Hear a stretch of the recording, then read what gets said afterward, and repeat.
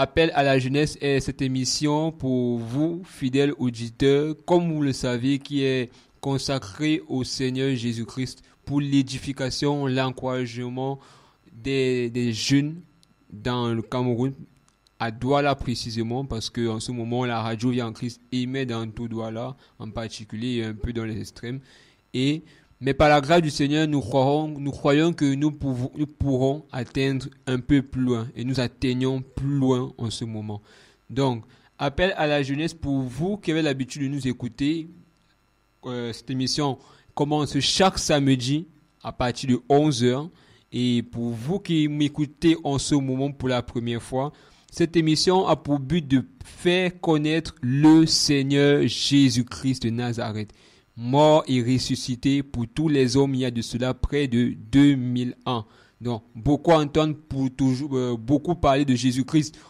Par-ci, par-là, dans les marchés, on entend parler de Jésus. Mais nous aimons partager avec vous quelques des aspects particuliers du Seigneur Jésus-Christ, selon que le Seigneur nous met dans le cœur. Et donc, particulièrement, cette émission, elle est pour le Seigneur. Et le message que le Seigneur nous accorde de partager, il est sensiblement et de façon plus axé sur la jeunesse. Alors, vous qui m'écoutez en ce moment, qui êtes jeunes, qui êtes des jeunes chercheurs de travail, qui êtes des diplômés, peut-être vous avez déjà un travail, vous êtes dans une voiture, dans un taxi, sur une moto, je sais pas, quel que soit le moyen ou le moment ou l'endroit où vous m'écoutez, que vous êtes jeune, sachez que cette émission, elle est pour vous, car il y a un message de Jésus-Christ pour vous, chers auditeurs, soyez bénis. Aussi, nous n'avons pas oublié, vous qui peut-être pouvez vous dire que vous avez traversé la jeunesse, vous êtes âgé, vous êtes un vieux papa. Non, le Seigneur a aussi un message d'amour pour vous. Et nous aimerions vous le partager et soyez connectés à nous. Chaque samedi, à partir de 11h, appel à la jeunesse, il mettra des messages de temps de partage. Donc, vous pouvez inviter vos amis à se connecter à cette fréquence, vos proches et même vos enfants, vos amis, des camarades, des connaissances. Vous pouvez les inviter à se scotcher à la 87.7 FM sur cette émission en particulier et aussi pour être bénis sur toutes les émissions de la radio Vie en Christ. Alors, je suis en ce moment sur le plateau à l'antenne avec mon frère Kevin et aussi avec mon frère Léon. Mon frère Léon, est-ce que tu veux dire un mot, un coucou aux auditeurs?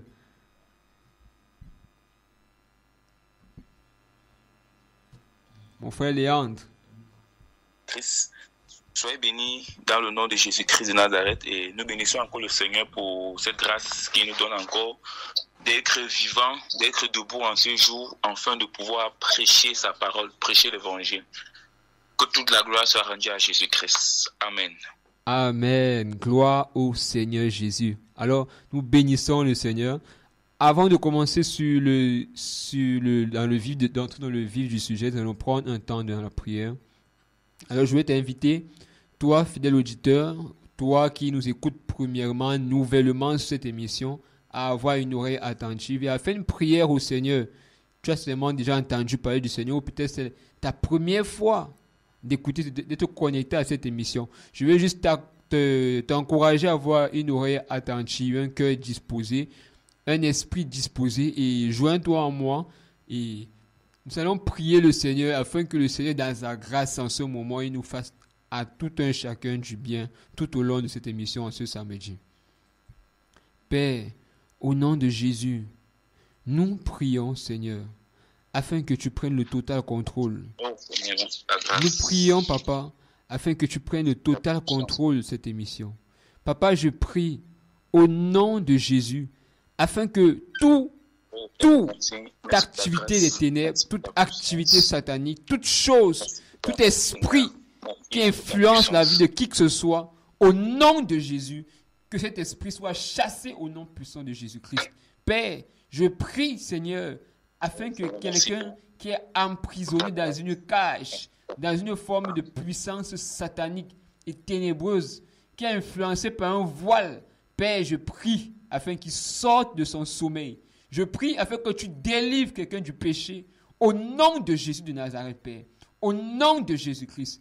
Père, je prie afin que nos cœurs soient disposés, que nos esprits soient, Seigneur Père, connectés à toi pour recevoir ta parole, Que nos oreilles soient, Seigneur, débouchées. Que nos cœurs soient disposés. Que tout endurcissement de cœur soit brisé. Se soumette à toi entièrement. Que tout cœur se soumette à toi. Que tout esprit se soumette encore à toi au nom de Jésus. Que toute rébellion soit pliée complètement au nom de Jésus. Et que toute incrédulité soit déracinée des cœurs au nom de Jésus de Nazareth, Père. Au nom de Jésus. Alors, fidèles auditeurs, vous avez la possibilité de pouvoir participer à cette émission. Donc, vous pouvez nous appeler à travers le 6 71 72 63 06. Je reprends, vous pouvez nous appeler pour participer à l'émission à travers le 6 71 72 63 06. Et vous pouvez nous contacter via WhatsApp, nous faire un message, un encouragement, un témoignage ou nous faire part même d'une préoccupation, comme vous le sentez, via WhatsApp sur le 6 93 74 42 74. Je reprends, via WhatsApp, vous pouvez nous contacter sur le 6 93 74 42 74. Soyez bénis au nom de Jésus. Alors, Amen. mon frère Léandre, je crois que le Seigneur a mis des paroles dans ton cœur. Et voilà, tu veux certainement les partager avec nous. Alors, tu as la possibilité. Voilà, mon frère, vas-y. Amen. Gloire au Seigneur. Que le Seigneur soit béni. Ce matin, nous allons partager sur un thème très capital, très important. C'est le retour imminent de Jésus de Nazareth. Parce que c'est important. C'est important que les hommes sachent que Jésus revient. C'est important que la jeunesse sache que Jésus-Christ est à la porte. Parce qu'aujourd'hui, les gens vivent d'une manière comme si le monde les appartenait, quoi. On n'a plus le temps de Dieu, on s'en fout de Dieu. Alors que le Seigneur, dans son amour, dans sa grâce, nous a donné sa parole. Afin qu'au travers de cette parole, nous puissions être éclairés, être édifiés et nous puissions nous préparer parce que Jésus revient. Donc, comme il dit, nous allons partager sur le retour de Jésus-Christ de Nazareth, sur le retour de Jésus. Sans plus tarder là-bas, on va d'abord aller dans Actes chapitre 1 pour comprendre quelque chose. Actes chapitre 1.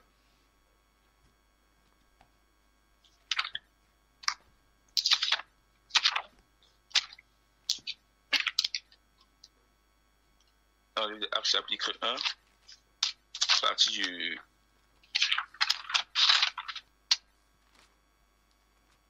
verset 10. On va lire Acte 1, verset 10. Et comme ils avaient les yeux fixés vers le ciel pendant qu'ils s'en allaient, voici deux hommes en vêtements blancs se présentaient devant eux et leur dit: Hommes galiléens, pourquoi vous arrêtez-vous à regarder au ciel? C'est Jésus qui a été enlevé au ciel du milieu de vous, viendra de la même manière que vous l'avez vu allant au ciel. Alléluia. Amen. Ici, on voit comment Jésus-Christ de Nazareth, il est venu pour la première fois pour sauver les hommes.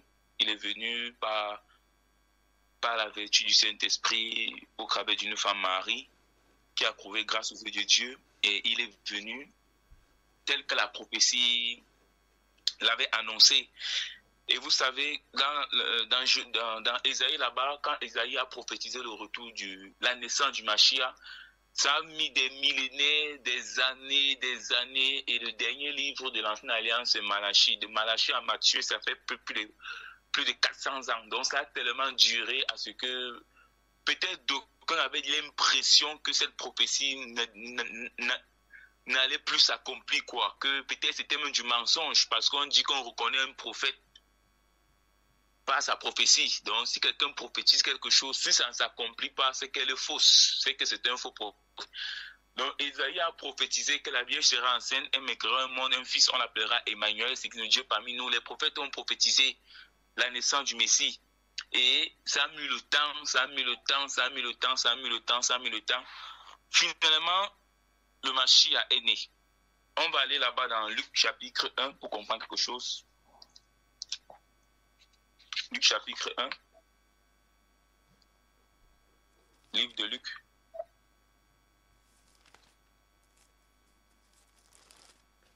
Merci Saint-Esprit pour ce passage.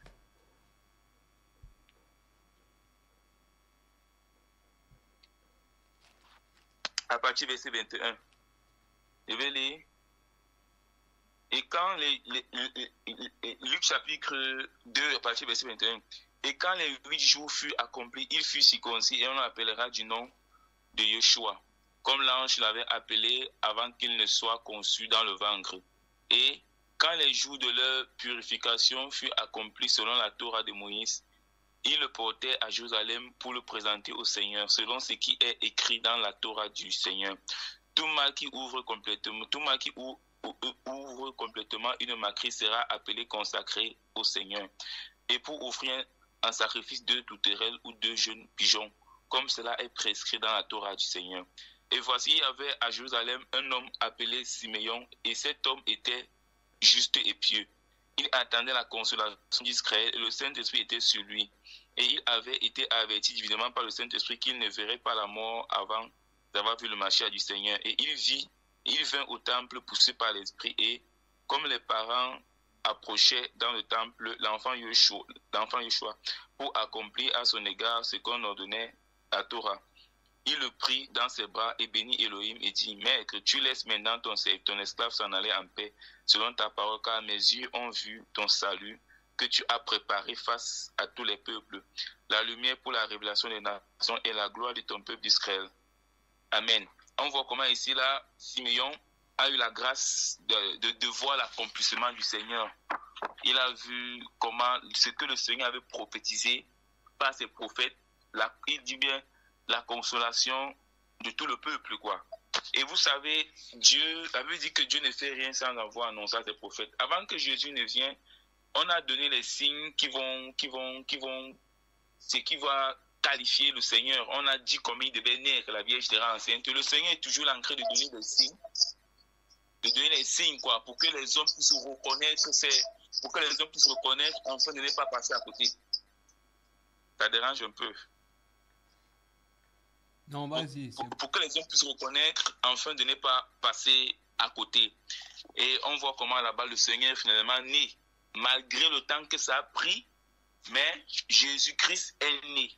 Il est né, il a vécu sur terre, il est venu accomplir l'œuvre de la croix qui est le salut des hommes. Comme la Bible dira, Dieu a tant aimé le monde qu'il a donné son fils unique, afin quiconque croit ne périsse pas, mais qui est la vie éternelle.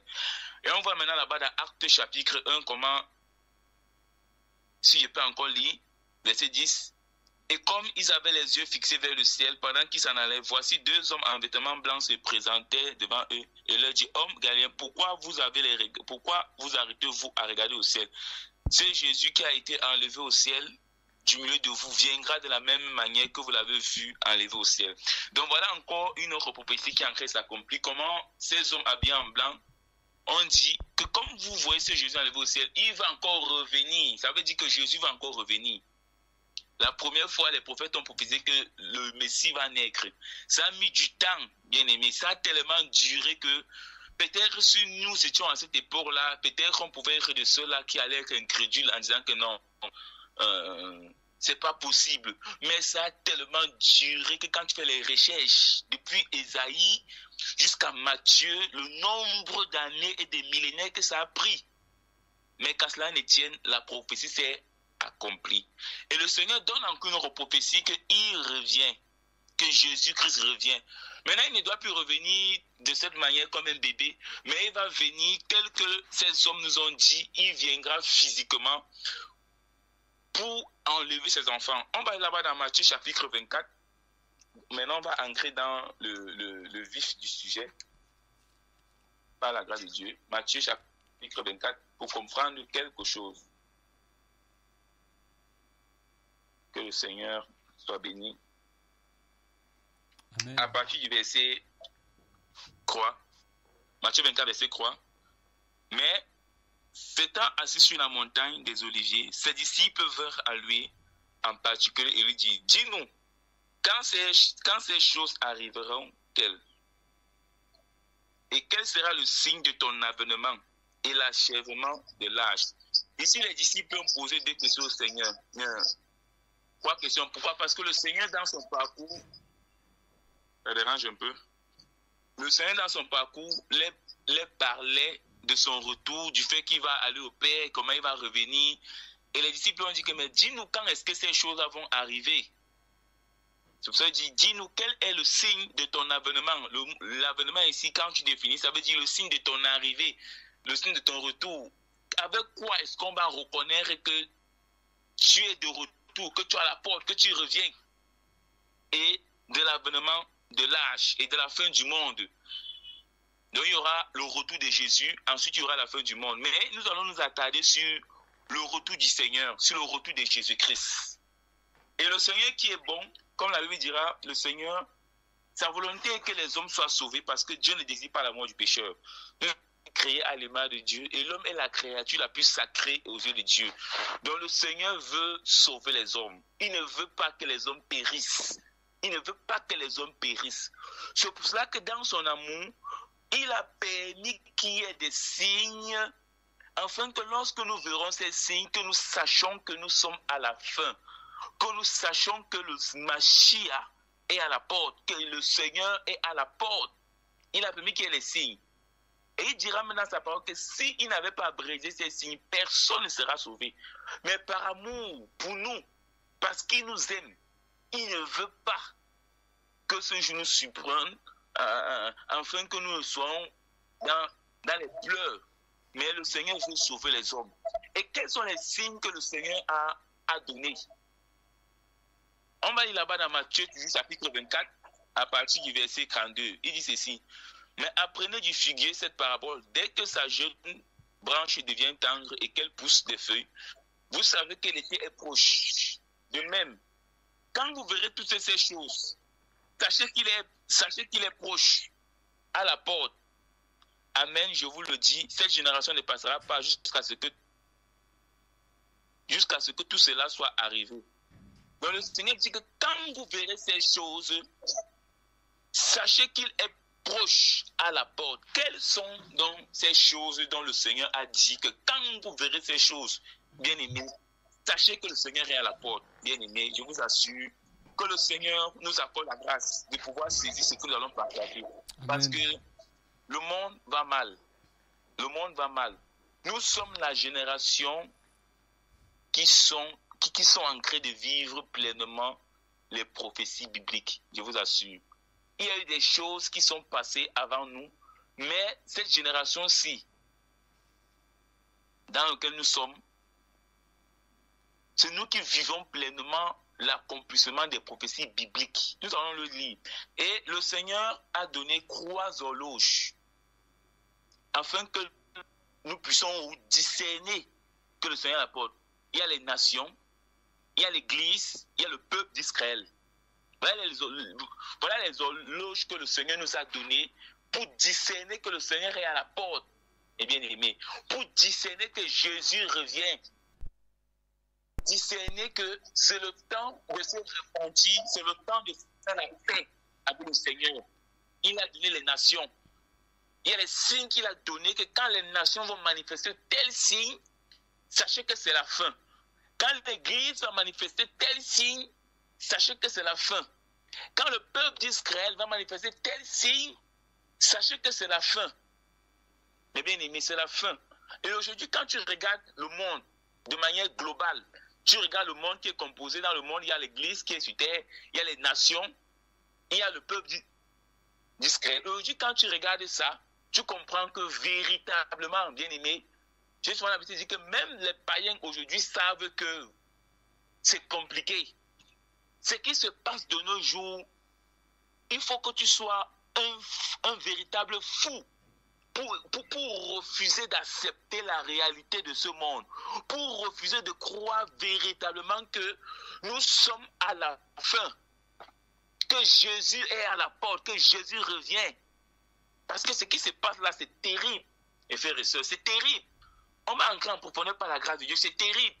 Nous sommes à une époque où, je vous assure, le dehors est rouge, le ciel est rouge.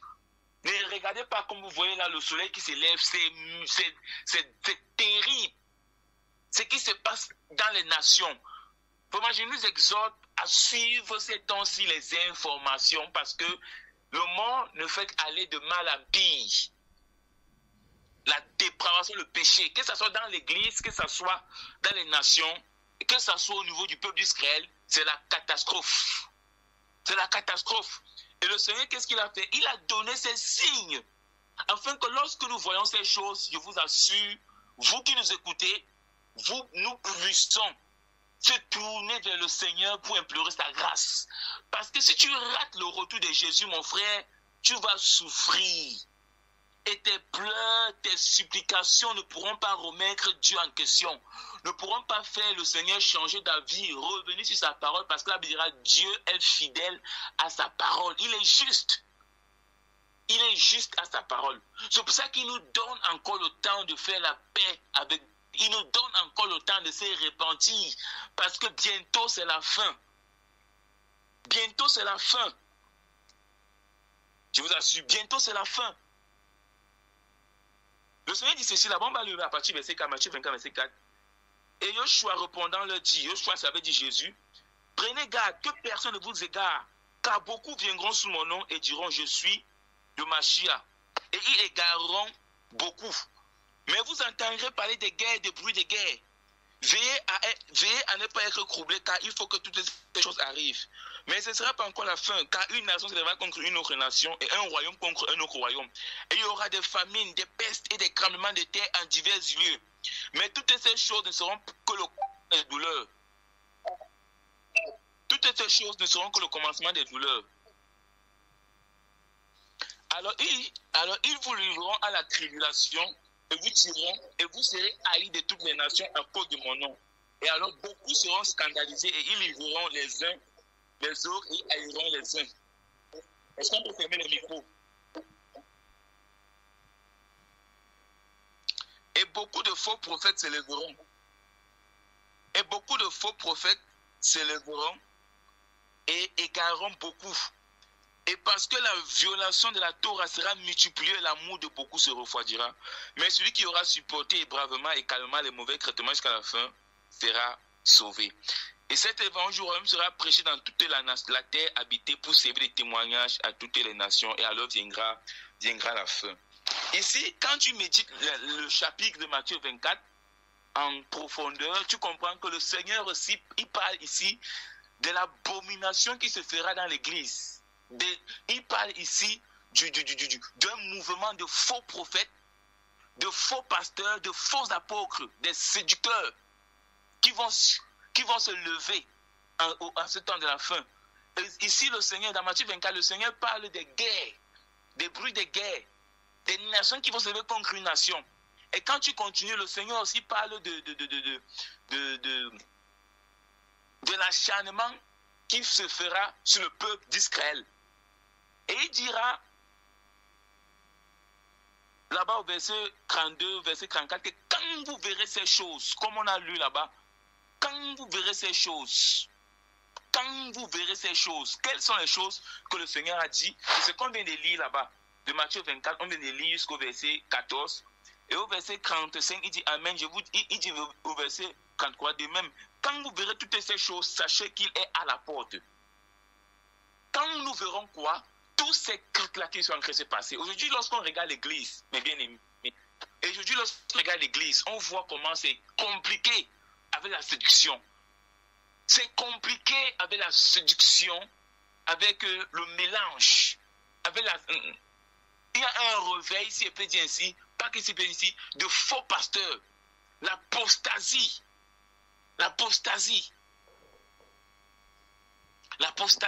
Et les apôtres aussi, eux-mêmes aussi, poussés par l'esprit, ils ont donné les signes du retour du Mashiach. Pourquoi? Parce que les chrétiens à leur époque aussi se posaient la question que, mais ils étaient excités que Jésus revient. Paul a dit que non. Voilà les signes qui vont montrer que le Mashiach est à la porte. Paul a encore donné les signes. Paul a dit qu'il y aura la crise économique. Les temps seront difficiles. Mais aujourd'hui, nous voyons comment c'est dur. C'est le calvaire total. C'est vraiment compliqué.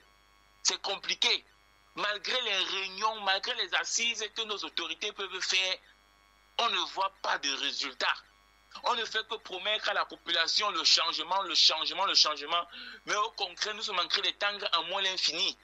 Pourquoi? Parce qu'il faut que la Bible s'accomplisse. Et on ne peut pas s'opposer aux prophéties bibliques. C'est ce qu'on appelle les prophéties inconditionnelles. Inconditionnelles. Que nous prions, que nous ne prions pas, il y a des choses qui vont s'accomplir parce que Jésus a dit, ces choses vont s'accomplir. Afin de nous mettre en garde, afin de savoir que c'est la fin et de se préparer. Paul a parlé de l'abomination dans le temple. Et on sait que le temple ici représente quoi? L'église est le temple du Saint-Esprit. L'église est la maison de Dieu. Il dit il va établir son trône dans le temple. Dans le temple. Quand il allait aux églises, tu vois l'église de Laodicée. Comment le Seigneur les interpelle avec les doctrines de Jézabel, de Baal. La doctrine de la prospérité. On voit comment aujourd'hui l'évangile est dilué. La séduction. Viens à Jésus, tes affaires vont marcher. Viens à Jésus, tu vas prospérer. Viens à Jésus, tu vas te marier. Tu auras le visa, tu auras le passeport. Tous ces cris qui n'ont rien à voir avec le salut des âmes. Qui n'ont rien à voir avec le cœur de Dieu. Un évangile dilué, corrompu. Qui ne délivre pas du péché. Cet évangile-là qui est prêché aujourd'hui dans les églises, dans les assemblées. Les faux prophètes, les faux pasteurs qui ne passent que le temps à prophétiser des choses qui n'ont rien à voir avec le salut. La repentance n'est plus prêchée, la sanctification n'est plus prêchée, le retour de Jésus-Christ n'est plus prêché. Ce n'est que l'argent, matin, midi, soir, argent.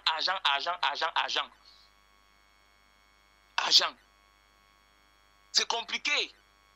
Avec la doctrine de Kakou Philippe, comme beaucoup le savent, qui dit que c'est lui le prophète du temps. Si tu ne crois pas en lui, tu ne peux pas être sauvé. Comme le Seigneur dit, beaucoup viendront. On m'a dit, il dit, Matthieu 24, verset 5, car beaucoup viendront sous mon nom et diront, je suis le Mashiach. Et ils égareront beaucoup. Il dit, beaucoup vont venir et ils vont dire, Mashiach avait dit quoi? Le Messie, le Sauveur. Comme aujourd'hui, vous voyez les gens qui se baladent en disant que c'est Kakou Philippe le Sauveur. C'est Branham le Sauveur. Frère, ce sont les signes du retour de Jésus. Le Seigneur dit que beaucoup vont venir et diront, je suis le Mashiach. Vous dites, je suis le Sauveur, je suis loin. C'est ce que nous voyons. Comme là-bas en Côte d'Ivoire, cet homme qu'on dit Jésus Baolé, il dit que c'est lui Jésus qui est venu. Les gens ne le reconnaissent plus, l'habillé en blanc. Au Bénin, là-bas, c'est grave. Au Congo, c'est grave. Beaucoup se lèvent, ils disaient que ce sont le Messie, ce sont le Mashiach. Ce sont les signes qui doivent nous... Ce sont des alertes rouges, mes bien-aimés.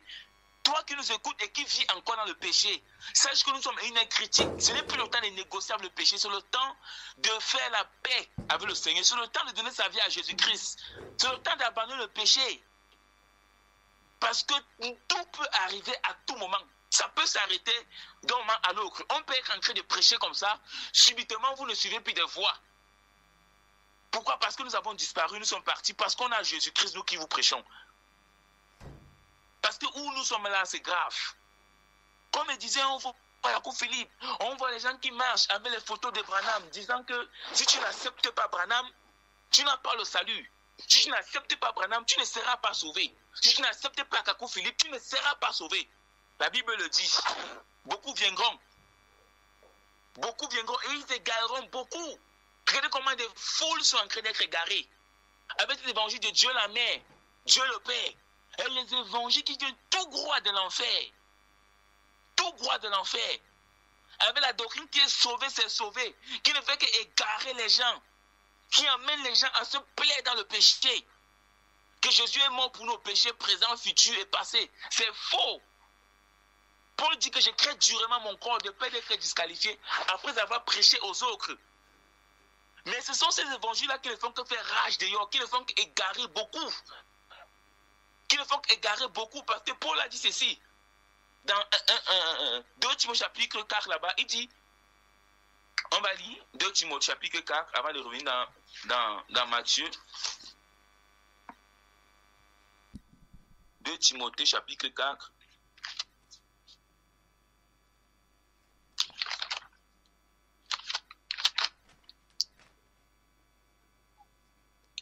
Il dit ceci. Verset 3. Car il viendra un temps où ils ne supporteront pas la saine doctrine, mais aimant qu'on les chatouille les oreilles, ils accueilleront docteur sur docteur selon leurs propres désirs. Et ils détourneront vraiment les oreilles de la vérité et se tourneront vers les fables. vers les fables. Est-ce qu'on comprend un peu ça? Qu'ils accumuleront docteur sur docteur, dans un réveil de faux docteurs, comme ces hommes-là qui ne font que prêcher cet évangile, qu'on ne perd pas le salut. Ce sont les faux docteurs. Les faux docteurs. Le mot docteur en grec, c'est didakalos, qui veut dire enseignant. Il vient enseigner qu'on ne perd pas le salut. On est sauvé une fois, on est sauvé, sauvé pour toujours, frère. C'est un évangile qui vient tout droit de l'enfer. Et si tu es dans cet évangile, toi qui m'écoutes, sache que tu es en train d'être égaré. Ce sont les signes de la fin des temps, les signes du retour du Mashiach. Toi qui es dans Kakou Philippe là, qui te fait croire que Kakou Philippe, c'est le sauveur du temps. Il se fait passer pour le Mashiach. La Bible parle dans Matthieu 24 que beaucoup viendront en disant que sont le Mashiach, qui sont le sauveur. Ils égareront beaucoup. C'est que tu es en train d'être égaré. Toi qui suis Branham, qui nous écoute, qui suis Branham, et qui prêche partout que c'est Branham le sauveur, le prophète du temps, que si tu ne suis pas Branham, tu ne seras pas sauvé. C'est faux. La Bible dira quiconque croit que Jésus-Christ est le Seigneur sauveur sera sauvé. Il y a un seul Mashiach, un seul sauveur, c'est Jésus-Christ. C'est le seul, c'est la porte qui nous fait entrer au ciel. Mais malheureusement, aujourd'hui, il y a un mouvement de faux docteurs, de faux prophètes. Comme la Bible le dit, les faux docteurs, les faux prophètes, et qui égarent des foules, qui égarent des jeunes. Tu vois les jeunes qui se baladent par-ci, par-là, en prêchant le Dieu la mère, Dieu le Père, que Dieu a deux sexes, parce qu'il a créé l'homme et la femme. Comme il a créé l'homme et la femme, ça veut dire qu'il est aussi homme et femme. Frère, c'est un évangile qui vient tout droit de l'enfer. Tout droit de l'enfer.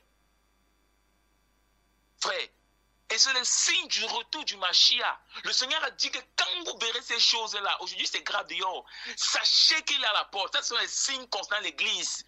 Et c'est ce qui se passe aujourd'hui dans les assemblées, dans les églises, où les fausses doctrines sont en train d'être enseignées, sont en train d'être prêchées.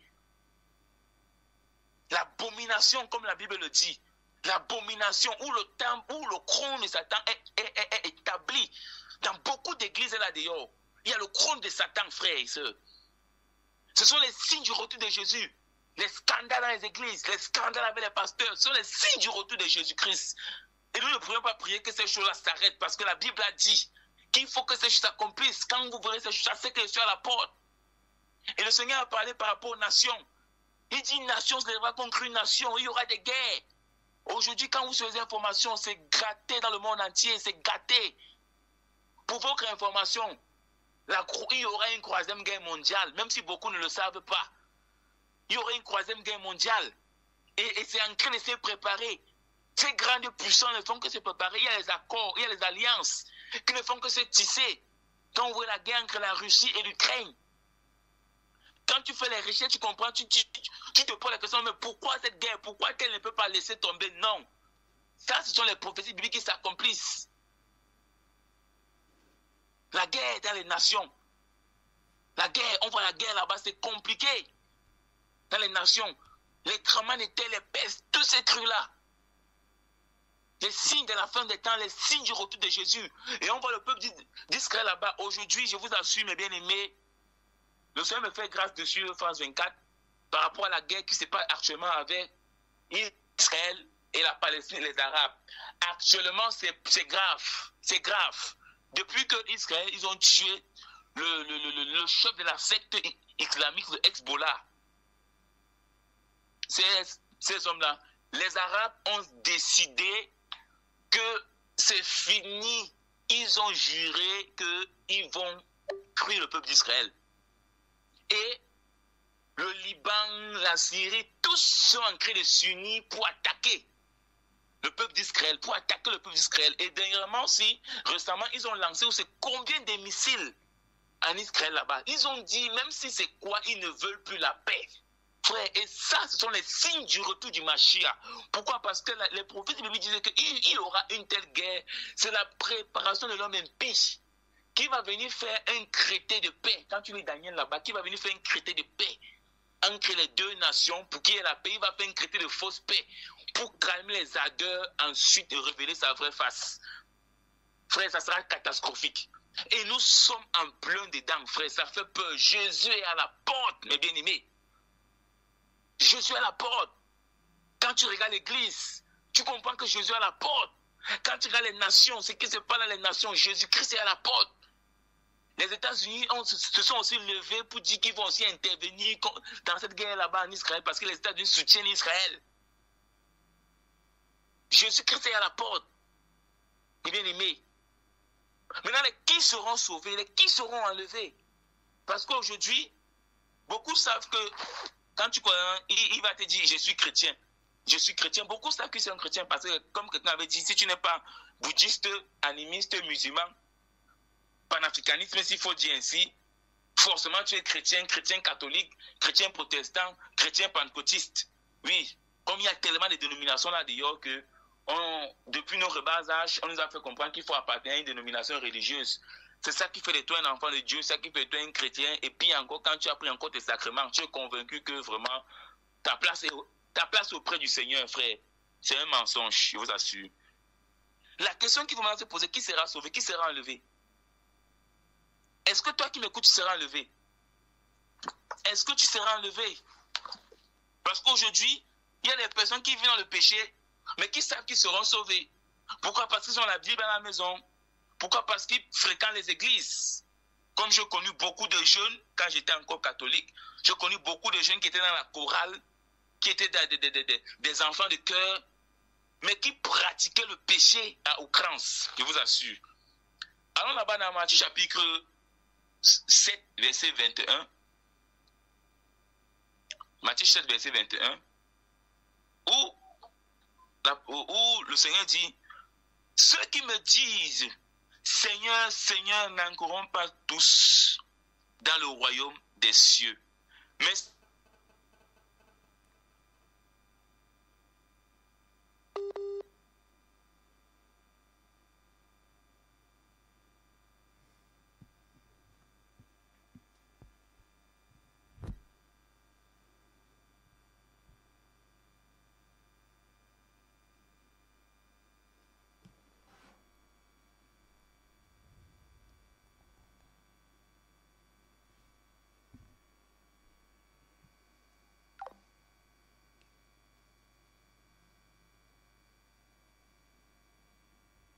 Oui, mon frère Léandre, c'est comme si nous t'avons perdu. Nous ne t'entendons pas.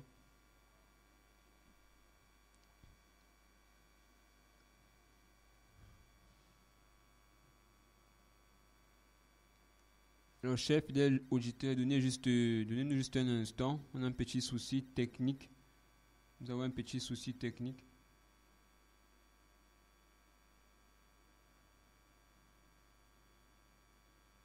Juste un petit souci technique.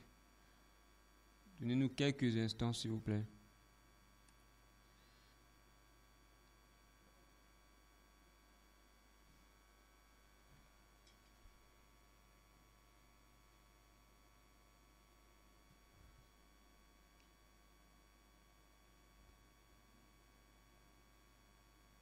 Alors nous bénissons le Seigneur. Nous bénissons vraiment le Seigneur pour la grâce qu'il nous accorde de pouvoir partager sur ce thème. Et le thème, pour vous qui vous êtes nouvellement connectés à la plateforme, à l'émission, qui est venue peut-être en retard, le thème n'est rien d'autre que le retour du Seigneur Jésus-Christ. Amen. Nous sommes en train de parler du retour imminent du Seigneur Jésus-Christ, Yehoshua HaMashiach, qui revient très bientôt pour enlever son église, les saints. Et depuis le début de l'émission, le Seigneur nous interpelle à être à ses pieds, c'est-à-dire dans les bonnes voies, vous voyez. Parce que nous entendons parler de beaucoup de choses. Nous entendons parler de beaucoup de choses, de beaucoup de moyens pour accéder au salut, de beaucoup de doctrines qui émergent. Il y a la doctrine de sauver pour sauver, c'est-à-dire Jésus-Christ est mort à la croix pour tous nos péchés. Et donc, on peut pratiquer la fornication, on sera quand même sauvé. Parce que le péché touche seulement, quand on pêche, ça touche seulement notre chair, mais notre esprit y est sauvé. Donc, il y a beaucoup de doctrines de ce genre, doctrines branhamistes, beaucoup de doctrines qui sont tout simplement en fait des doctrines de perdition. Et non pas seulement cela, il y a aussi beaucoup de doctrines comme dans les milieux catholiques par exemple. Le milieu catholique qui enseigne que lorsqu'on meurt, en fait il y a le purgatoire, qui est une doctrine satanique aussi. Pourquoi? Parce que tout simplement, dans la Bible, vous verrez de vous-même, le purgatoire n'a jamais été mentionné.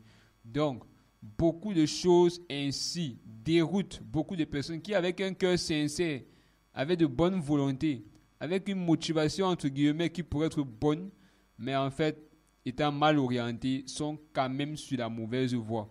Vous comprenez? Et c'est très important ce que nous sommes en train de partager en ce moment.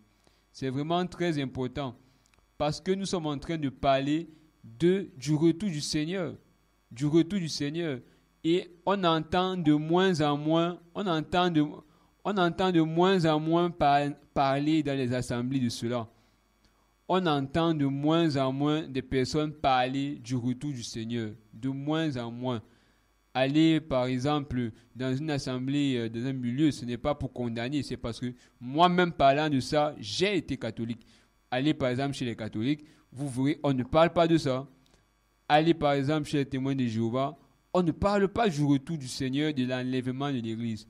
Aller dans beaucoup d'assemblées, même dites de réveil, évangélique et tout, beaucoup, très peu parlent de cela. Très peu, je vous assure. Très peu parlent du retour du Seigneur. Très peu annoncent que Jésus revient. Très peu disent la vérité aux gens. Très peu. Et les hommes ont davantage besoin de savoir que le Seigneur Jésus-Christ revient. Alléluia.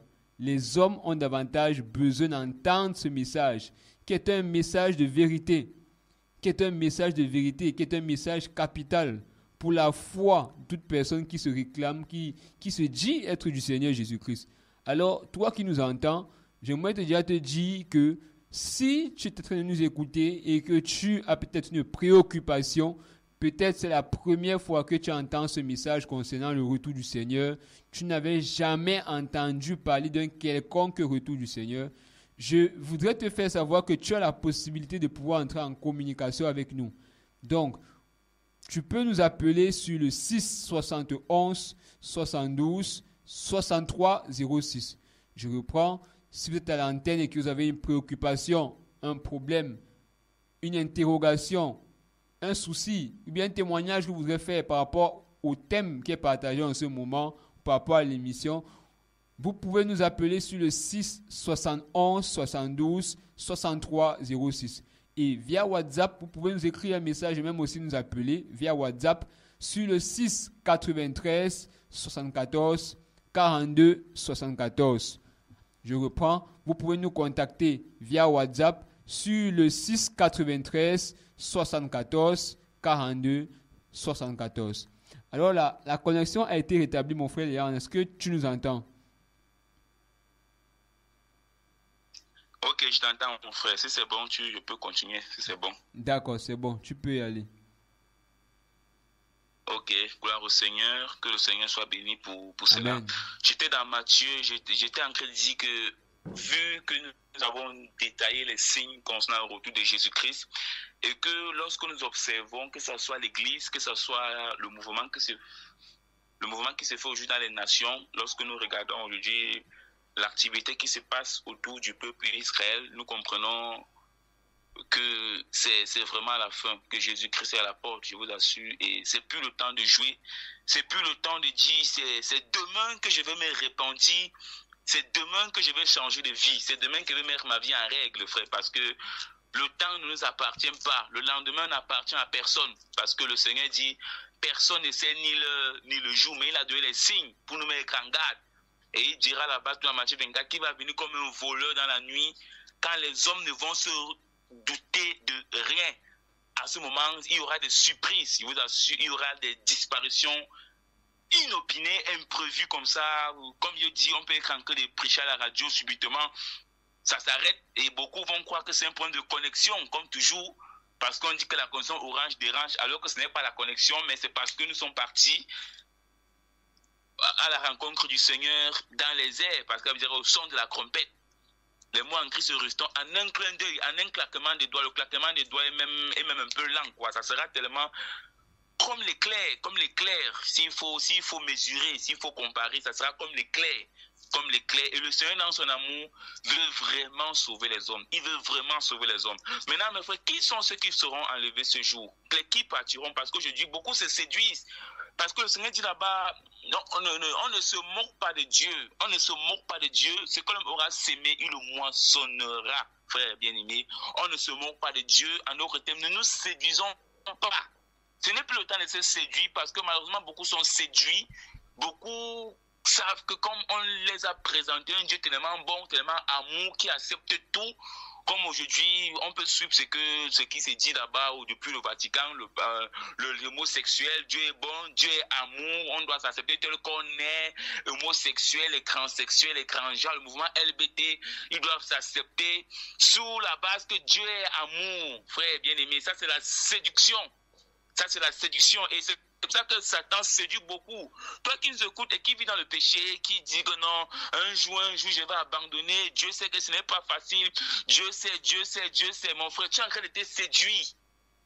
Tu es en train de te séduire parce que Dieu ne nous attend pas. Dieu ne doit pas t'attendre. Il ne doit pas attendre que, bon, j'attends que mon fils abandonne la cigarette.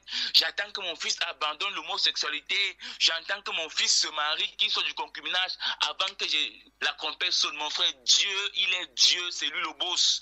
Il a donné un temps, il a donné les signes pour nous faire comprendre. Quand vous verrez ces signes, que chacun se prépare. Pour dire que quand tu vois ces signes et que tu es dans le concubinage, fais l'effort de sortir du péché. Ne dis pas que Dieu sait que les temps sont durs et quand il va ouvrir une porte, je vais me marier. Non, mon frère, Dieu ne t'attend pas. Ne dis pas que le Seigneur sait que depuis je vais abandonner la fornication, je n'arrive pas. Dieu n'est pas là pour nous attendre. Il nous a donné son Saint-Esprit qui nous donne la capacité d'abandonner le péché. Donc si tu vis dans le péché, ce n'est pas Dieu le problème, c'est toi qui ne veux pas te faire violence. Parce que Jésus est assez puissant pour nous délivrer du péché. Parce que nous qui te prêchons par la grâce de Dieu, nous avons été dans beaucoup de trucs, beaucoup de choses. Beaucoup d'abominations, mais aujourd'hui, le Seigneur nous a fait grâce. Et ici, ce qu'il a fait pour nous, il peut aussi le faire pour toi, parce que Dieu dit ne fait acception de personne. Il ne fait pas de favoritisme, il n'est pas seulement bon pour nous et mauvais pour les autres. Dieu est bon pour tout. Ça veut dire que c'est toi qui ne veux pas te lever et crier et dire, Seigneur, me voici. Tu te séduis, tu fais comprendre que c'est dur. Comme aujourd'hui, beaucoup justifient la corruption. Nous sommes dans un pays où ce n'est pas évident. Si tu n'as vraiment pas quelqu'un qui aime Dieu, tu vas te retrouver en train de corrompre. Tu vois des gens qui roulent avec des faux papiers et beaucoup de personnes qui roulent avec les faux papiers, que ce soit les taximans, qui ne respectent, qui roulent avec les faux papiers, les autorités, la corruption par-ci, par-là, le monnayage, les impôts, tout ça. C'est terrible, c'est corrompu, c'est pourri, le système est pourri. Avec la corruption, c'est grave. Et aujourd'hui, beaucoup justifient cette corruption. Donc, on va faire comment les gens qui achètent le travail parce que c'est dur, acheter le travail, corrompre. Tous ces crus-là, mes frères et sœurs, tous ces crus-là. Maintenant, lisons Matthieu 24, Matthieu 5, verset 8, verset 22 pour comprendre quelque chose. Ici, Jésus dit, ceux qui me disent, Seigneur, Seigneur, n'entreront pas tous dans le royaume des cieux, mais celui qui fait la volonté de mon Père qui est dans les cieux. Beaucoup me diront ces jours-là, Seigneur, Seigneur, n'est-ce pas en ton nom que nous avons prophétisé, en ton nom que nous avons chassé les démons, en ton nom que nous avons fait beaucoup de miracles, et alors je leur dirai ouvertement, je ne vous ai jamais connu, retirez-vous de moi, vous qui travaillez pour la violation de la Torah. Ici, le Seigneur nous parle de deux types de personnes. Il dit, beaucoup me diront, ce jour, Seigneur, Seigneur. Il dit, ce n'est pas ce qui me dit, Seigneur, qui entreront dans le royaume des cieux, mais celui qui fait la volonté de mon Père. Ici, on voit une catégorie de personnes, ceux-là qui disent Seigneur, Seigneur, Seigneur. Ça, c'est pour ceux-là qu'on sait. Vous savez, aujourd'hui, toute personne, que tu sois païen, franc-maçon, tu sais qu'il y a un Dieu suprême qui est au-dessus. Et quand tu fais une situation, tu dis que le bon Dieu nous aide, que Dieu nous aide. Il dit, ce n'est pas ceux qui disent que Seigneur, Seigneur, Seigneur, qui seront sauvés. Donc, ce n'est pas quand tu connais Dieu, quand tu diras, Dieu est là, Dieu voit, Dieu va nous aider, Dieu sait que c'est Dieu. Non, mon frère, ce n'est pas ça qui pourra te sauver. Ce n'est pas ça. Il dit c'est seulement ceux qui font la volonté de mon Père. Et la volonté de Dieu, c'est quoi, mon frère? La volonté de Dieu, c'est quoi? C'est que nous nous sanctifions, c'est que nous craignons Dieu. C'est que nous puissions abandonner les œuvres des ténèbres. Amen. Des œuvres des ténèbres. Et chaque homme connaît lorsqu'il pratique un péché. Tu connais. Parce qu'il y a ce qu'on appelle la loi morale. C'est inscrit dans la pensée de l'homme lorsque l'homme pêche. Même les animaux. Pour ceux qui ont vécu avec les animaux, qui vivent avec les animaux, quand le chien ou le chat fait une bêtise, il fuit. Il te fuit parce qu'il sait qu'il a commis une, il sait qu'il a mangé une nourriture, il fuit parce qu'il sait que c'est pas bon. Combien de fois l'être humain? Combien de fois l'être humain? Donc, toi qui vis dans le péché, tu sais que ce que tu fais, c'est pas bon aux yeux de Dieu. Mais tu t'es séduit en faisant comprendre que non, Dieu comprend, le Seigneur va comprendre, le Seigneur va. Tu seras surpris de rater le retour de Jésus-Christ. Tu seras surpris. Parce que Dieu est amour, c'est vrai, mais Dieu aussi est juste. Dieu est juste. Dieu est amour, Dieu est juste. Et c'est la justice de Dieu qui va mener beaucoup d'hommes en enfer. Ce n'est pas son amour, c'est sa justice. Parce que l'amour et la grâce de Dieu sont encore là. Parce que le Seigneur dit là-bas dans 2 Pierre chapitre 3 que Dieu tarde dans l'accomplissement de sa promesse, voulant qu'aucun ne périsse, mais que nous soyons tous sauvés. Le Seigneur tarde, frère, parce que tout est là pour que l'Église soit enlevée. Tout est disponible, tous les signes, le signe des signes, c'est déjà là. On ne sait pas ce qui retient encore le Seigneur pour que nous puissions disparaître. On ne sait pas. C'est l'amour.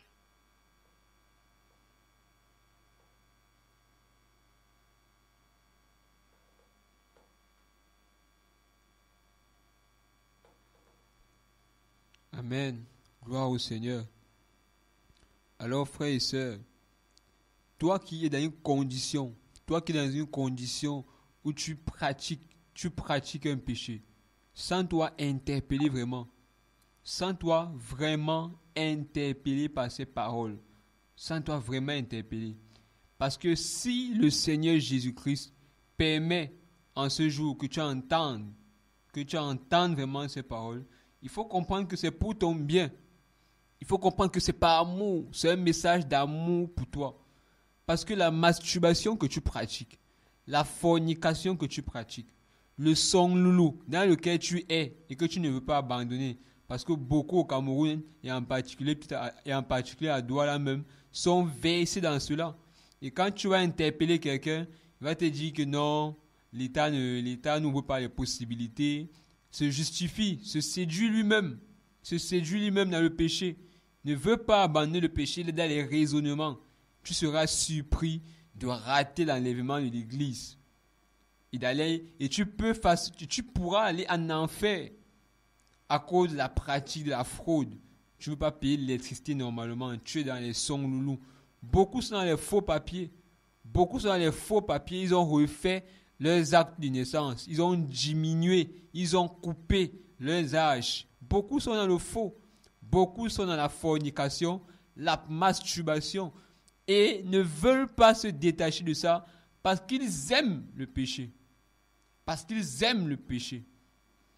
Et en ce moment, Dieu te parle. Et c'est le moment pour toi de te repentir complètement de tes mauvaises œuvres si tu veux être sauvé. Oui, c'est le moment pour toi de délaisser toutes tes mauvaises œuvres devant le Seigneur si tu veux avoir une place auprès de lui. Parce que la parole du Seigneur est certaine. Et Dieu veille sur sa parole pour l'accomplir. Même si ce qu'il dit met 400 ans, 500 ans, 1000 ans, 2000 ans, même si ce qu'il dit fait 10 000 années sans s'accomplir, il faut savoir une chose, c'est que un jour devant le Seigneur comme 1000 ans, et 1000 ans devant le Seigneur comme un jour. Nous et le Seigneur, nous n'avons pas la même compréhension du temps. Nous n'avons pas la même façon de voir le temps. Et Dieu, d'ailleurs, il faut le savoir, Dieu est en dehors du temps. C'est-à-dire que Dieu n'est pas conditionné par le temps. C'est nous, êtres humains, qui sommes soumis à l'utilisation du temps. Parce que c'est Dieu qui a fixé le temps et créé le temps. C'est pourquoi le temps n'est qu'une création de Dieu. Le temps est soumis à la volonté du Seigneur. Dieu fait du temps ce qu'il veut. Vous voyez. Et le temps lui obéit parce que le temps est sa créature. Et il viendra un moment, un temps justement, où comme la Bible dit, le Seigneur reviendra. Jésus reviendra. Il reviendra. Et la Bible dit qu'il y aura une trompette. Il y aura une trompette qui va sonner. Est-ce que vous comprenez ça, fidèle auditeur? Je ne sais pas dans quel milieu tu es, dans quelle position tu es. Je ne sais pas si c'est que tu es catholique ou pas. je ne parle pas contre quelqu'un. Je nous parle de ce qui est écrit dans la parole de Dieu. La Bible dit qu'au son de la trompette, les morts en Christ vont ressusciter. C'est-à-dire, tous ceux qui sont morts en ayant la foi en Jésus, ils vont ressusciter. Paul va ressusciter. Pierre va ressusciter. Jacques, Jean, les personnes qui ont été brûlées en Chine, décapitées, fusillées, tuées, persécutées, les personnes qui sont mortes dans les lits d'hôpitaux et qui sont parties en ayant gardé jusqu'à leur mort la foi en Jésus-Christ, au son de la trompette quand le Seigneur va revenir, parce que quand le Seigneur va revenir, comme la Bible dit, une trompette va retentir, une trompette, et au son de cette trompette, les morts en Christ, ceux qui sont morts en Christ vont ressusciter. Ils vont ressusciter avec des corps incorruptibles. Alléluia. Ils vont ressusciter avec des corps incorruptibles. Et lorsqu'ils vont ressusciter, nous les vivants qui serons restés et qui ne seront pas encore morts, eh bien, nous allons revêtir l'incorruptibilité. Nous allons avoir des corps incorruptibles, des corps glorieux. Les corps que nous allons revêtir seront des corps qui ne seront plus influençables par le péché. Alléluia. Les corps que, en tant que nous chrétiens, les véritables chrétiens sur la terre, nous qui attendons patiemment le retour imminent du Seigneur et qui nous gardons dans la sanctification, loin du péché, loin de la fornication, de la fraude, les véritables chrétiens vivants, nous n'allons pas aller être enlevés avant eux. Mais nous allons revêtir au son de la trompette. Ça sera, la Bible dit que tout va se passer en un clin d'œil. Ça sera tellement rapide. Ça va aller tellement vite. Il n'y aura pas le temps de demander pardon à Dieu. Regarde quand tu fais un clin d'œil. Tu n'as même pas le temps quand tu fais un clin d'œil de former une phrase. C'est pour te dire, pour nous dire que ça ira tellement vite. Tu n'auras pas le temps de pouvoir dire, Seigneur, pardonne-moi du péché que je pratiquais hier. Pardonne-moi parce que je suis encore dans la fornication. Pardonne-moi parce que je trompe ma femme, je suis dans l'adultère. Tu n'auras pas le temps de dire ça au Seigneur. Tu n'auras pas le temps de dire, pardonne-moi parce que je me prosterne encore devant les crânes. Je suis un idolâtre. Tu n'auras pas le temps. Un clin d'œil, ça va tellement vite.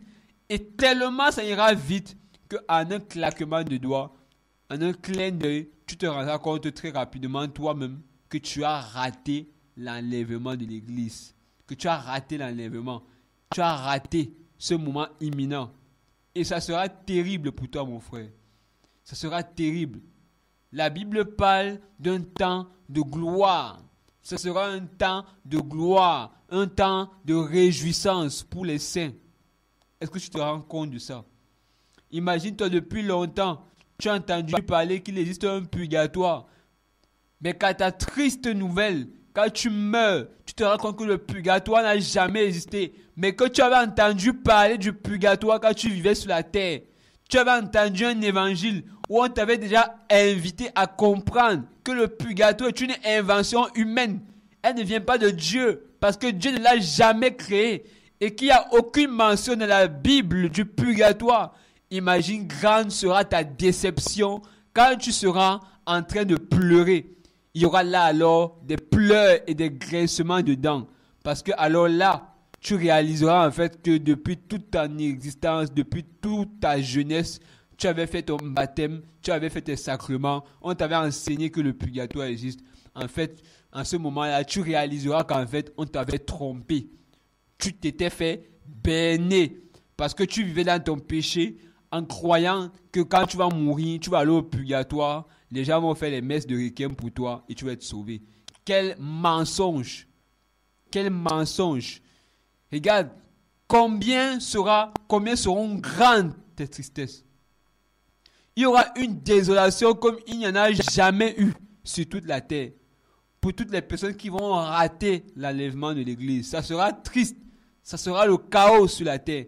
Ça sera le chaos, frères et sœurs. Ça sera le chaos. Beaucoup seront surpris.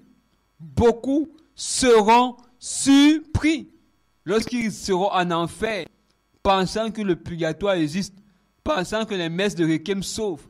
Ils seront surpris.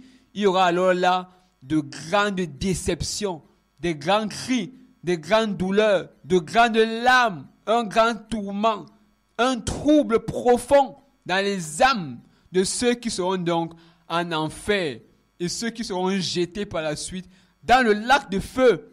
Parce qu'en fait, ils vont réaliser que depuis toute leur existence qui était sur la terre, on les avait toujours trompés en leur disant qu'il y avait un purgatoire. Pourtant, la Bible est claire.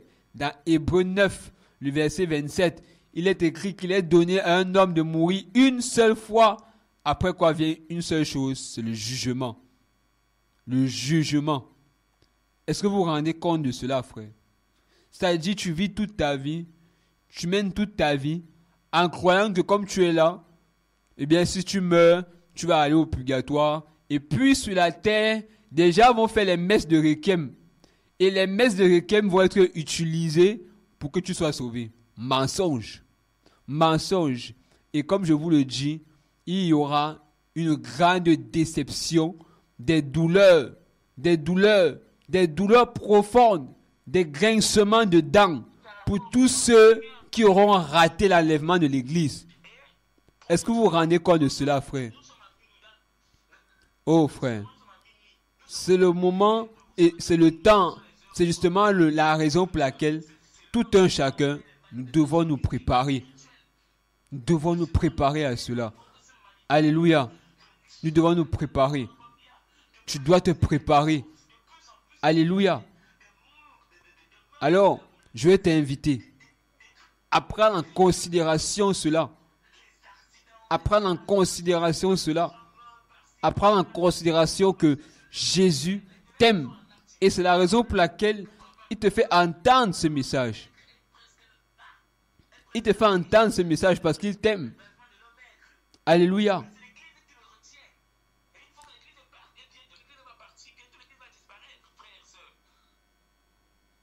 Ah, Seigneur. Que le Seigneur vraiment touche ton cœur. Toi qui es en train d'entendre ce message. Que le Seigneur vraiment touche ton cœur. Parce que si le Seigneur permet que tu entendes ce message, c'est parce qu'il t'aime. C'est parce qu'il t'aime. C'est vraiment par amour.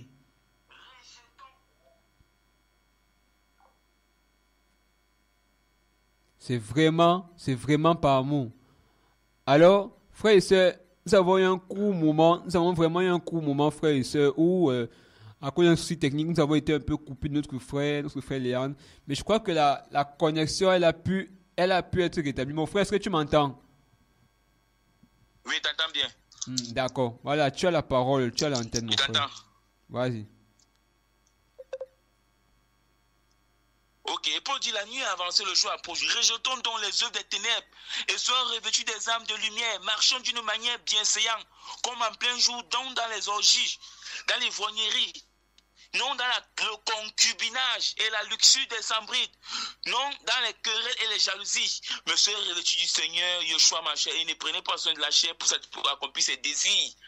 Donc Paul dit, la nuit approche, il dit, rejetons les œuvres des ténèbres, les orgies, l'ivrognerie, le concubinage, la luxure sans bride, les querelles, les jalousies. Rejetons le péché, frère. Venons à Jésus. C'est le temps de se convertir.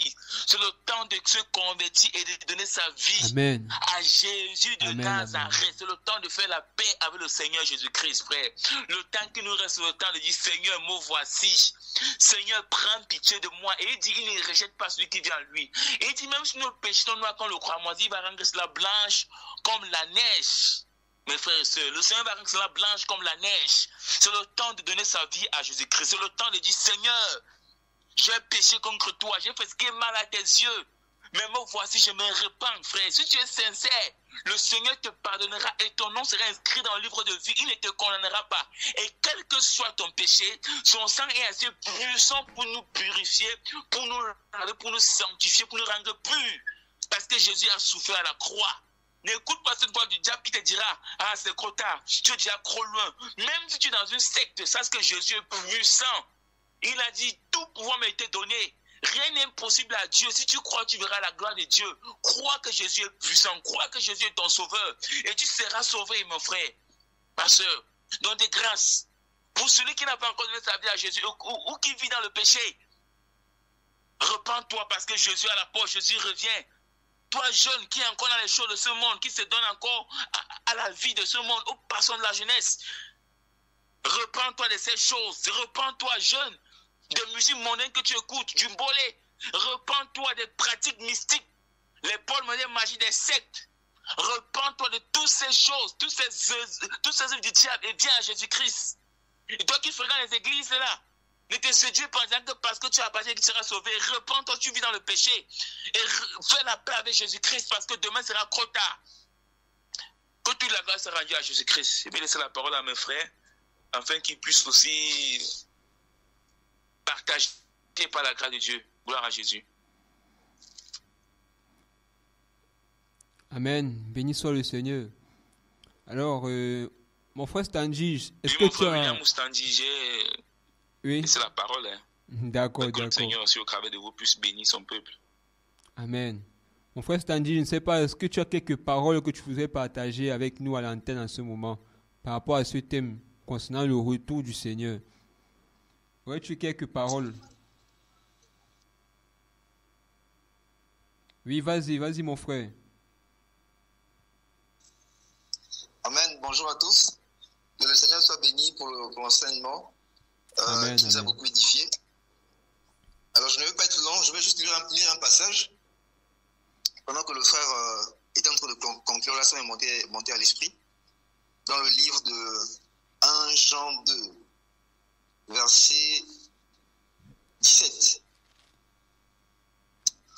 La Bible dit, « Et le monde passe avec sa convoitise, mais celui qui fait la volonté de Dieu demeure éternellement. » Donc, pour rappeler en fait aux uns aux autres que tout ce que nous voyons, tout ce que nous aimons dans ce monde, tout ce pourquoi nous sommes prêts à mourir, alors, ce qui nous empêche de venir au Seigneur, parce que quand on parle comme ça, il y a beaucoup de cas.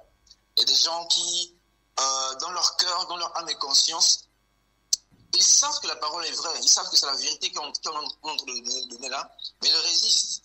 Il y a des gens qui rejettent ça, il y a des gens qui sont complètement différents, mais il y a des autres qui savent que c'est vrai.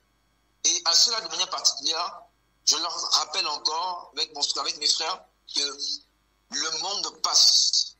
Donc, est-ce que je vais passer avec ce monde-là, ou bien est-ce que j'ai envie de vivre éternellement avec mon Dieu qui m'invite, qui m'appelle à travers ces interpellations, en fait, à faire la paix avec lui. Parce que, voyez-vous, un jour ou l'autre, ces choses-là seront en fait parties, seront disparues. Mais les choses véritables, les choses éternelles, c'est celles-là qui demeurent.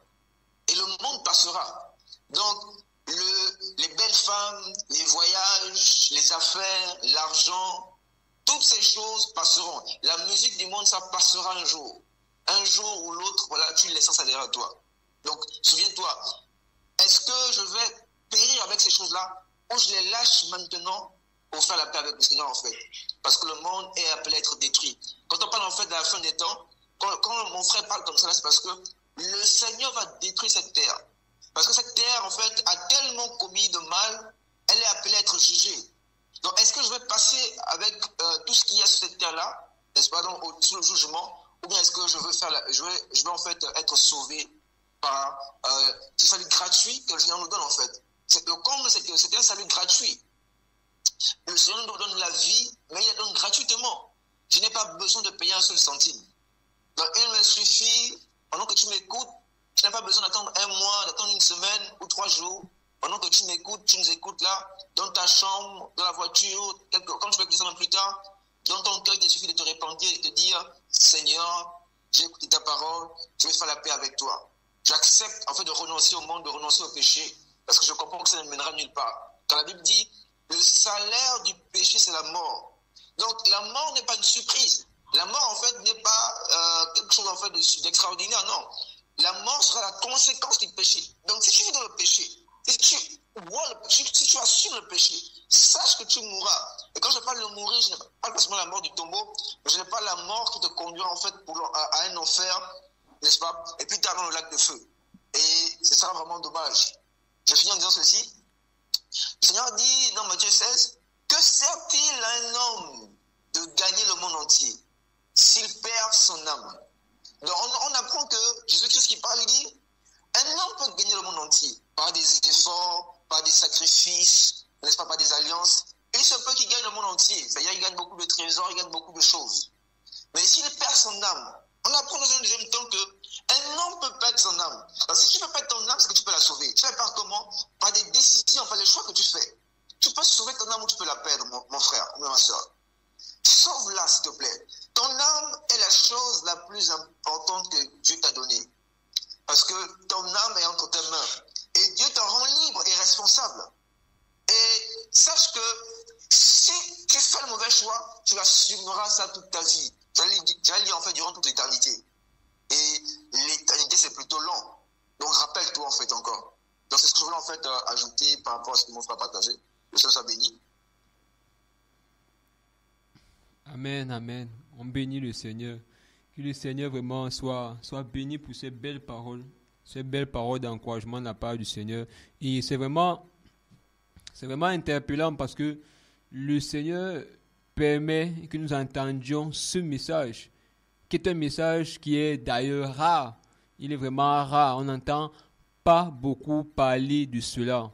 On n'entend vraiment pas beaucoup parler de ça. On ne dit pas beaucoup aux gens que le péché conduit en enfer. On ne dit pas beaucoup ça. Très peu ont des amis qui leur en parlent. Et même quand on tombe sur quelqu'un qui est un camarade de classe, un collègue de service, un membre de sa famille, qui nous parle de la repentance et du salut, de la foi en Jésus, très souvent, ces personnes sont rejetées, méprisées, banalisées, mises de côté, mises à l'écart, traitées de tous les noms. Parce qu'en fait, on n'aime pas entendre ce message. C'est un message que les gens n'aiment pas, mais c'est un message qui délivre. C'est le message de l'amour du Seigneur. Et depuis lors, la Bible nous le dit quand il est écrit dans Jean 1 que la lumière est venue, lui, dans les ténèbres, mais les ténèbres ne l'ont pas reçu. Les ténèbres ne l'ont pas reçu, tout simplement. Et le Seigneur me faisait encore réaliser, chers auditeurs, chers frères, que en fait, c'est comment comprendre ça? C'est simple. C'est que la nature du Seigneur est une nature parfaite. Tel le Seigneur est lumière, telle sa parole est. Elle est lumière. Et quand le Seigneur vient, il va interpeller les hommes par rapport à ce qu'ils font, c'est-à-dire aux pratiques dans lesquelles ils sont. Vous allez voir aujourd'hui, si c'est que le Seigneur te parle, c'est parce que toi qui marches dans les rues, qui vas dans les boulangeries en plein aqua, tu marches à Matelot, le Seigneur condamne cette pratique-là. Le Seigneur condamne cela. C'est une pratique qui est condamnée. L'impudicité est condamnée devant le Seigneur. Ce n'est pas une pratique que Dieu agrée. Toi qui marches à Matelot, en route, en rue, toi qui marches à la vue de tout le monde avec tout ton corps, ta poitrine disposée, c'est une pratique, c'est une façon de vivre que Dieu réprouve. Dieu n'apprécie pas ça. Dieu n'agrée pas cette façon de s'habiller et de vivre. Et Dieu permet en ce moment que sa parole puisse être annoncée pour que tu réalises en fait qu'il t'aime. Parce que l'enfer est réel. Est-ce que tu comprends? Est-ce que vous comprenez, frères et sœurs? Parce que l'enfer est réel. Et ceux qui mènent une vie qui n'est pas agréable à Dieu, ils vont aller en enfer. Pas parce que Dieu ne les aime pas, mais parce qu'ils auront refusé de se soumettre à la parole de Dieu. Et donc, la parole de Dieu est vraiment une lumière. Et quand cette lumière sort, elle vient pour éclairer ceux qui sont dans les ténèbres, ceux qui sont captifs, ceux qui sont ignorants, ceux qui sont voilés, ceux qui sont sous l'influence de Satan, ceux qui sont dans des cages et dans des prisons tenus par le mal. Dieu permet que sa parole sorte pour que les hommes croient en lui et soient sauvés. Et tout ce que Dieu attend des hommes, c'est qu'ils croient. C'est tout simplement qu'ils croient. Et comme je le disais, frères et sœurs, la parole du Seigneur sort ainsi pour nous aider, pour nous transformer, pour nous délivrer, non pour nous condamner, parce que Dieu sait que nous sommes des pécheurs. S'il fallait nous condamner, eh bien, c'est que c'est depuis le bas âge, depuis la naissance, en fait, on est des condamnés. Mais en fait, Dieu ne nous parle pas pour nous condamner, parce qu'il sait qu'on est tenu par le mal. Il sait que la pratique de la fornication, regardez, quand quelqu'un dit, par exemple, lorsque vous entendez des personnes dire, vous voyez, peut-être tu m'écoutes et tu es dans ça. Peut-être tu m'écoutes et tu es dans cette pratique-là. Tu es dans cette attitude-là. Tu es dans ce raisonnement-là.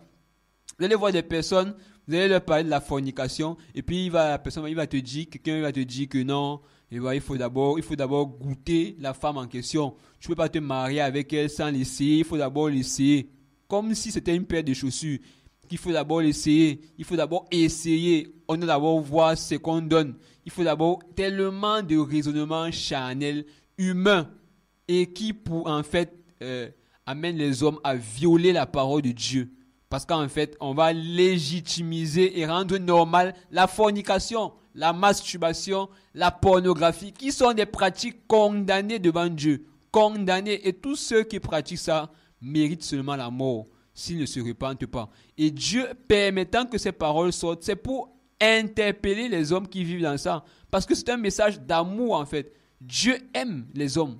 Dieu aime tous les hommes. Dieu aime même celui qui verse le sang. Celui qui est un sorcier, Dieu l'aime. Celui qui est dans une secte, Dieu l'aime. Celui qui pratique la sorcellerie, Dieu l'aime. Celui qui pratique quel que soit le péché, Dieu l'aime.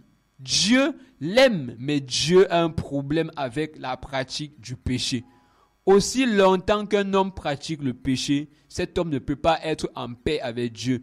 Et la Bible est claire. Celui qui pratique le péché est sous la colère de Dieu. C'est-à-dire que toi qui vis dans la tricherie à l'école, tu demeures dans ta vie sous la colère, sous l'influence de la colère de Dieu est sur ta vie. Tu es en inimitié, tu es ennemi de Dieu parce que tu vis d'une façon déréglée devant le Seigneur. La vie que tu mènes ne lui est pas agréable. Elle ne lui est pas agréable. Mais ceci n'est pas un message de condamnation parce que Dieu t'aime. Est-ce que tu réalises que Dieu t'aime? Est-ce que tu réalises que Dieu t'aime? Depuis longtemps, tu as avorté à plusieurs reprises. Mais tu n'es pas morte. Tu as même la possibilité encore de pouvoir concevoir. Est-ce que tu réalises le nombre de fois que tu as avorté? Mais aujourd'hui, peut-être tu es marié et tu as même un enfant. D'autres l'ont fait et ensuite ont perdu la possibilité d'avoir des enfants. Possibilité qui est une grâce et un don de Dieu d'avoir un enfant. C'est une grâce. C'est une grâce. Et Dieu t'a aimé. Malgré que tu étais dans le péché, tu avortais, tu allais d'homme en homme, tu as peut-être détruit des foyers, mais Dieu t'a aimé. Il t'a aimé et il continue à t'aimer. Mais si tu refuses de ranger ta vie devant lui, en fait, tu continues à demeurer sous la colère du Tout-Puissant. Et tu es son ennemi à cause de la vie que tu mènes. Et si tu meurs comme ça, tu ne peux pas aller au ciel. Tu ne peux pas. Tu ne peux pas. Alors ce n'est pas une fatalité, c'est pas une en fait c'est pas je veux dire que c'est pas une façon de dire à quelqu'un que en fait tu es mal barré, c'est pas une façon de dire à quelqu'un que comme tu vois là tu peux pas être il y a rien à faire pour toi. Il y a quelque chose à faire pour toi. C'est la repentance. Parce que aussi longtemps que tu ne vas pas passer par la repentance, tu ne pourras pas être sauvé. Aussi longtemps que tu vas te plaire dans la masturbation, tu ne pourras pas être sauvé. Aussi longtemps que tu vas te plaire dans le concubinage, tu vas rater le retour du Seigneur. Aussi longtemps que tu vas te plaire dans l'indécence, l'impudicité, avec les vêtements impudiques, les vêtements où la poitrine est exposée, les cuisses sont dehors, tu vas être éligible pour en fait échouer à l'enlèvement de l'Église, qui est imminent et qui est vrai selon la parole du Seigneur. Et la Bible dit, elle est claire, même si la prophétie attend là. Et en tant que chrétiens véritables et mettant notre foi en le Seigneur, nous sommes de ceux-là qui croyons à cette parole. Nous sommes de ceux-là qui croient à la parole de Dieu parce que Dieu est vrai. Il est fidèle. Il veille sur sa parole pour l'accomplir. Il veille sur sa parole. Et toutes les choses que le Seigneur Jésus-Christ avait prédit depuis il y a plus de 1000 ans, ces choses, en fait, nous les voyons devant nos yeux. Alléluia. Je vais prendre un passage dans le livre de 1 Thessaloniciens. 1 Thessaloniciens chapitre, je crois que c'est le chapitre 4. 1 Thessaloniciens, donnez-moi quelques temps, je trouve le passage. 1 Thessaloniciens chapitre 4. Oui, est-ce que c'est vraiment ça? Oui, non, c'est 2 Thessaloniciens, chapitre 2. Je vais lire. Or, à partir du verset 1. Or, pour ce qui concerne l'avènement de notre Seigneur Jésus-Christ et notre réunion en lui, mes frères, nous vous prions de ne pas vous laisser subitement ébranler dans votre entendement, ni troubler par une inspiration, ni par une parole, ou par quelques lettres qu'on dirait venir de nous, comme si le jour de Christ était déjà là. Que personne donc ne vous séduise d'aucune manière, parce que beaucoup de personnes pensent que, en fait, le Seigneur peut-être il est revenu, voilà, on a appelé à régner sur la terre en ce moment et tout, c'est nous sommes appelés à être la tête et non la queue, nous devons tout régner partout, en tout lieu, voilà. Et le Seigneur dit à partir du verset 3, que personne donc ne vous séduise d'aucune manière, car il faut que l'apostasie soit arrivée, et le Seigneur avait prédit justement que l'apostasie devait d'abord arriver. Et beaucoup sont en fait dans ce temps-là où les gens abandonnent la foi. Les gens abandonnent la foi. Les gens abandonnent la foi.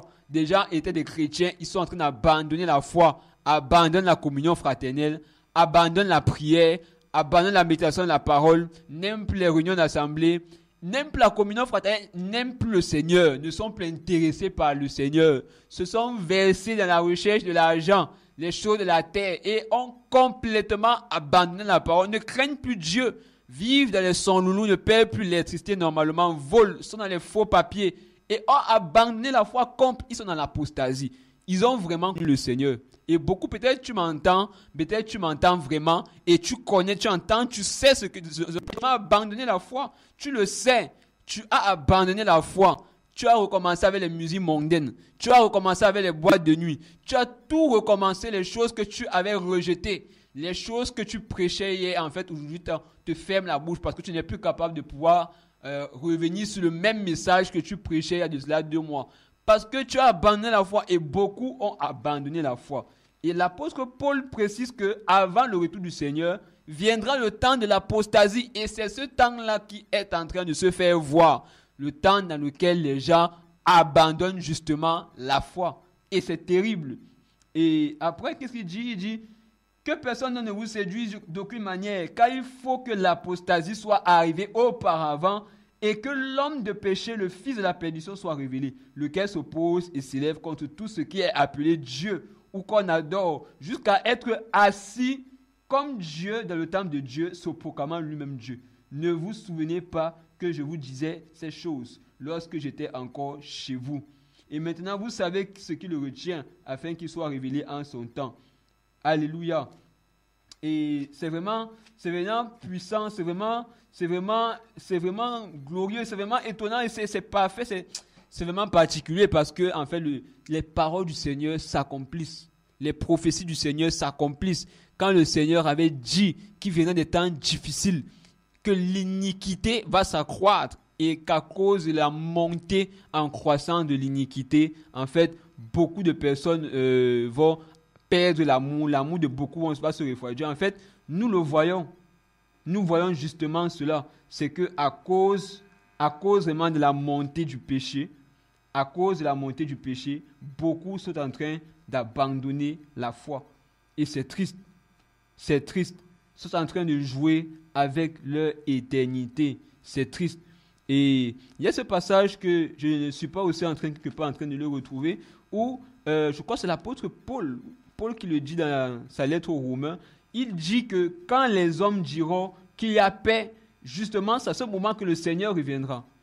Lorsque les hommes seront rassurés, lorsque les hommes seront en train d'acclamer, en train de dire que voilà, il y a la paix, nous sommes en paix, nous sommes en sûreté, nous sommes à l'abri des problèmes, nous sommes à l'abri des besoins, eh bien, c'est à ce moment-là que le Seigneur, il surviendra. Il surviendra et il y aura beaucoup de confusion. Et nous sommes dans ce temps justement où les hommes recherchent la paix. Beaucoup cherchent la paix. Les gens ont peur du lendemain. Beaucoup ne sont pas rassurés par rapport aux choses qui peuvent venir dans le lendemain. Parce qu'ils sont inquiets. Beaucoup ont peur de la mort parce qu'ils ne savent pas en fait ce qui va se passer. Et beaucoup craignent ce qui va se passer parce que la vie qu'ils mènent les condamne. Leurs pensées, leur cœur, en fait, les amène à s'accuser intérieurement dans leur âme. Parce qu'ils savent au plus profond d'eux-mêmes, même s'ils veulent se justifier, que ce qu'ils font est mauvais. Et c'est terrible, parce que les hommes cherchent la paix, mais en fait, il la cherche mal parce que la paix vient du Seigneur. Regardez comment aujourd'hui on entend parler des hommes d'affaires. Aujourd'hui, tellement de gens ont de l'argent, ils vont sur la planète Mars. J'ai entendu parler d'un homme très riche qui a acheté même déjà une parcelle de terre sur la planète Mars. Est-ce que vous vous rendez compte de ça? C'est-à-dire que tellement les gens veulent avoir une assurance du lendemain, entrent dans la folie et les gens méprisent la parole de Dieu qui est réelle. Qui est réelle. Tellement réelle. Regardez comment aujourd'hui les hommes cherchent à tout prix à avoir la paix avec toutes les organisations qui sont mises sur pied. Organisation des Nations Unies, UNESCO, tout ça pour subvenir aux biens des gens, subvenir aux besoins des orphelins, des nécessiteux, ce qui n'est pas mauvais. Mais les hommes font toutes ces choses-là en s'éloignant de la parole du Seigneur. Alors frères et sœurs, prenons garde. Prenons garde, frères. Prenons garde. Vous qui écoutez ces paroles, vous qui écoutez vraiment ces paroles, sachez que le Seigneur revient et que c'est le temps d'abandonner le péché. C'est le temps de se repentir de la masturbation. C'est le temps de sortir du mensonge, des faux papiers. C'est le temps, frères et sœurs, c'est le temps d'abandonner la tricherie, le concubinage. C'est vraiment le temps, frère. C'est vraiment le temps. Alors je vais m'arrêter là par rapport à ces quelques paroles que je pourrais partager sur le thème. Je sais pas, avant que nous puissions peut-être conclure, je sais pas si mon frère Léandre, mon frère Stanley, vous avez quelques paroles avant que nous puissions remercier le Seigneur pour la façon dont il nous a conduits.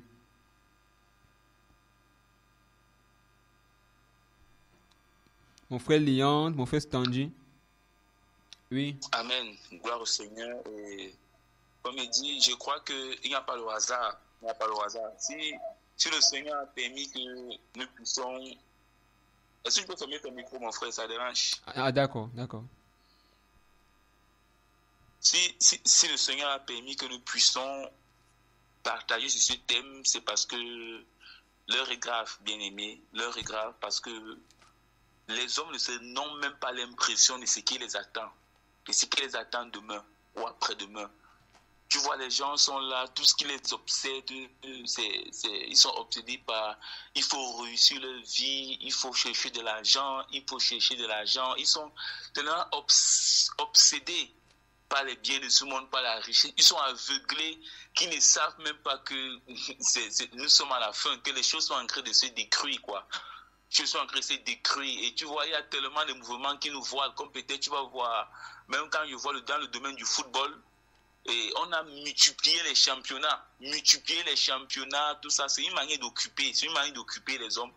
Et pour faire comprendre aux hommes que non, tout va bien. Tu vois, malgré qu'il y a les guerres par-ci, par-là, il y a tous les championnats, la Coupe d'Europe qui se joue, la Coupe d'Afrique, la Coupe du Monde qui est toujours organisée, malgré tout ça, c'est une manière de captiver les hommes, les faire comprendre que non, tout va bien, on gère la situation, c'est au contrôle, quoi. Parce que quand vous voyez, il y a des grandes guerres qui éclatent, on nous gagne la Coupe d'Europe. Des grandes guerres qui éclatent, on nous gagne la Coupe du Monde.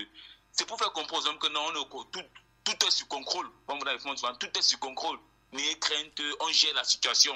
Donc, l'ennemi nous fait comprendre qu'il gère, au travers des hommes qui gèrent la situation, alors que, mes bien-aimés, vous qui nous écoutez, c'est la fin. Lisez la parole de Dieu, lisez la Bible. Ça, c'est un livre que le Seigneur nous a donné afin que nous puissions avoir les yeux ouverts. La Bible, la parole de Dieu, c'est la lumière, c'est la lampe, frère, c'est la lampe. C'est la lampe. C'est la lampe. On va ouvrir un dernier verset là-bas. Dans 1 Pierre, 2 Pierre, tant pour moi, ce que Dieu m'aide. Il faudra aller rapidement. Nous sommes dans quelques... Combien de minutes? Il manque une minute. Hein? Il nous manque une minute à l'antenne. Ok. Bon, c'est un verset qui dit de prendre garde, à faire attention à la parole de Dieu comme des lampes prophétiques. J'oublie ce verset-là. C'est pas si tu peux connaître le verset où Pierre parle de ça. Oui, c'est dans 2 Pierre. 2 Pierre à partir du verset 19 à 21. Donc, je crois qu'on va laisser peut-être les auditeurs le soin de pouvoir lire ces passages-là. Nous sommes vraiment arrivés au thème de l'émission. Et... Dans ce temps, Étienne, de nous mettre en garde, frère. Vraiment, de grâce, vivons parce que l'heure est grave. Nous sommes plus discrets. Nous ne remettons plus les choses à demain. Ce que tu peux, tu peux prendre la résolution maintenant d'abandonner. Comme Jésus a dit, si vous entendez sa voix, n'ayez pas le cœur endurci. Bien-aimés, n'ayons pas le cœur endurci. Amen. Que le Seigneur soit béni. Gloire à Jésus pour le partage. Amen. Amen. Adonai, nous te rendons toute la gloire et nous te remercions pour la grâce que tu nous as accordée de pouvoir partager ta parole. Que ton nom soit béni. Nous prions également, Seigneur, afin que tu nous gardes dans la foi, tu nous gardes dans la crainte de ton nom, et que tous les auditeurs qui écoutent ces paroles, Seigneur Père, puissent, Seigneur Père, les garder dans leur cœur, Papa, et que ça porte du fruit au nom de Jésus-Christ. Amen. Passez un bon week-end, une bonne fin de week-end, frères et sœurs.